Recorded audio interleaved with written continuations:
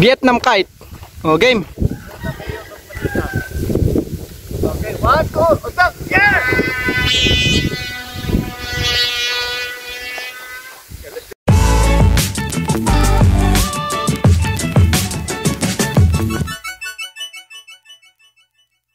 Welcome back ulit sa inyo mga kalipad.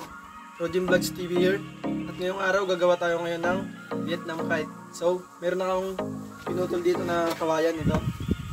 Yung sukat nito ay 150 cm yung haba. Tapos yung half niya para sa magiging body is 75 cm. So ngayon, kakayasin na muna natin ngayon to. At susubukan din natin mamayang paliparin pag matapos natin to. So let's go. So bali ito yung gagamitin nating magiging pakpak sa Vietnam kite natin mga kalipad. So ayan. Dapat parehas lang yung lapad niya. Ayan, parehas lang din yung pagkakayas niya at pantay yung magkabilaang pakpak. So gagamit lang tayo dito ng kutsilyo. Kahit anong kutsilyo basta matalas tsaka pwedeng ipangkayas.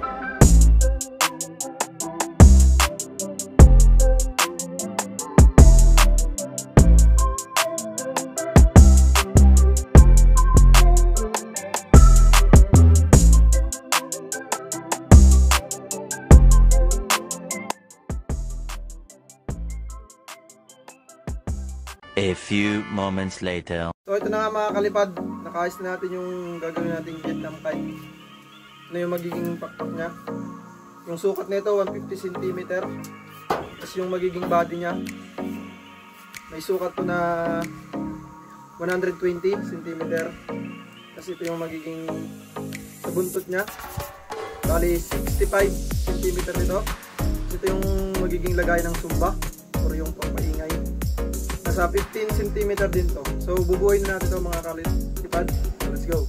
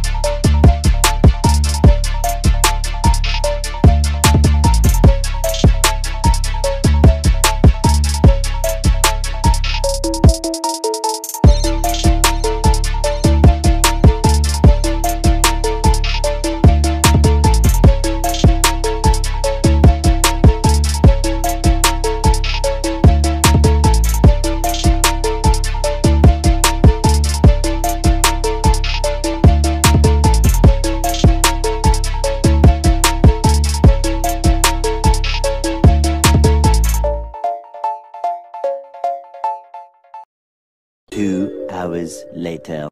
So bali ayan yung ating Vietnam kite. Ayan. So plastikan na natin to mga kalipad. So let's go. Ito na mga kalipad yung nagawa nating Vietnam kite. Ayan. Yellow yung sa buntot nilagay natin, saka garbage bag yung sa may bandang pa. So test pa natin ito ngayon. Mga kalipad, iuundungan ni tata yung ating ginawang Vietnam kite. O, game. Okay, 1, 2, usap! Yeah!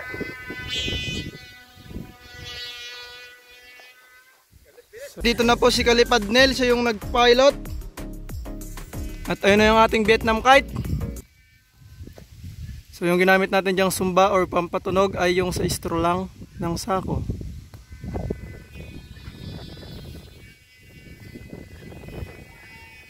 Ayan na mga kapalipad, lumipad na siya. Sana nagustuhan niyo yung video natin.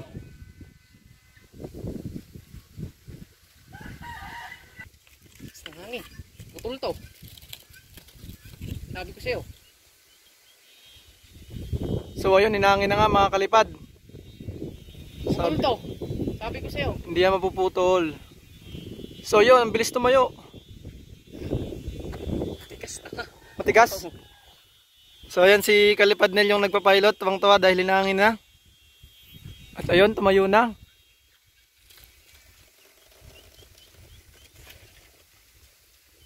May agila pa. So ayun, may agila pa. Ayan, nilapitan ng agila. So ayun, nilapitan na nga. Hindi ko alam kung anong gagawin ng agila dyan, mga kalipad. Ayan na nga, nilapitan na nga.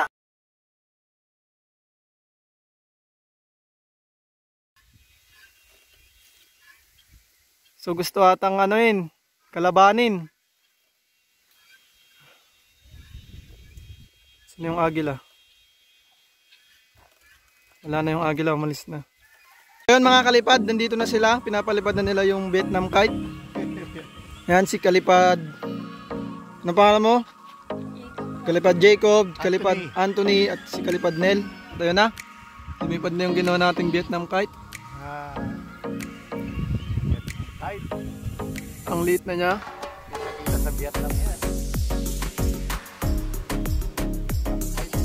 Ano? So ayun mga kalipad, kung nagustuhan nyo yung ginawa nating video sa ginawa nating Vietnam kite sa kanina, at nakita nyo naman lumipad na yung ginawa natin. So huwag nyo kakalimutan mag-subscribe, mag-like at mag-comment para sa mga susunod nating i-upload. At huwag nyo kakalimutan i-press yung notification bell. Yun lang mga kalipad. Subscribes na. Ayos ah. So yun, hanggang dito na lang tayo mga kalipad. Maraming salamat sa inyong panonood. Papaliparin lang muna namin tong Vietnam kite. Bye bye.